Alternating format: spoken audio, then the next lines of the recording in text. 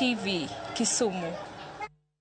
Erokamano Liliana Beto kum alipod no kawadhi nyime ni mutni ne oneno e gwenge machuda e county ma Mombasa tok spika ma od bura ma county no kod mago kuom MCAs telo e muko mar magawa moro ma wachore ni ne oger e lop sirikal ma biro tok jadaka kendo ja ohala moro golo ng'ur e wi okang' ma kamano ka oywak ni osebedo ka odang'ni e lwet apisas mag county. Spika ma county ma Mombasa Katri Aharub okwedo tima moro ma wacho ni moko kuom jotelo osebedo ka sando jopiny ka giyako lope mag sirikal. MCA Machuda Sami Balo ka achiel kod jakom mar komiti mar lope county ma Mombasa Hamisi Nyundo koro dwaro ni otim nonro mapiyo mar temo tieko ywaruok ma kamano.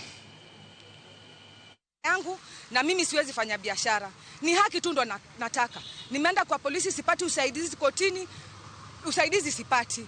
Sasa mimi nataka tu anipe haki, aondoke hapa mbele yangu. Anataka kujenga kwa lazima na sioni kama inawezekana. Ametuzibia mambo mengi sana. Unakuja kumnyanyasa huyu mama hapa. Hii ni road reserve hapa. Number 1. Number 2, TOL ambayo imetoka ni ya plot 141. Hii plot number ya huyu mama ni 135. Hiyo shida ya kuleta maaskari wa county kuja kunyanyasa watu hapa itakoma. Na hao wote maofficers ambao wanakuja kunyanyasa hawa walala hoi ambao wanaamka kutafuta riziki zao mutakomeshwa.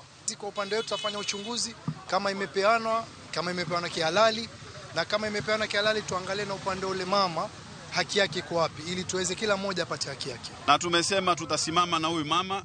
Hii dhuluma ambayo inafanyika hapa hatutakubali. Ukiangalia hapa kuna waya wa stima imeingia ndani hapa. Waya ya stima imeingia kwa hii plot. Sasa hata kama mtu anataka kufanya biashara kwa hii kibanda kweli, si utakuwa una risk maisha ya watu hapa ndani. Nya kwa mgojwang adwadhi yue uma adundo kapoko wadhi yue anenoka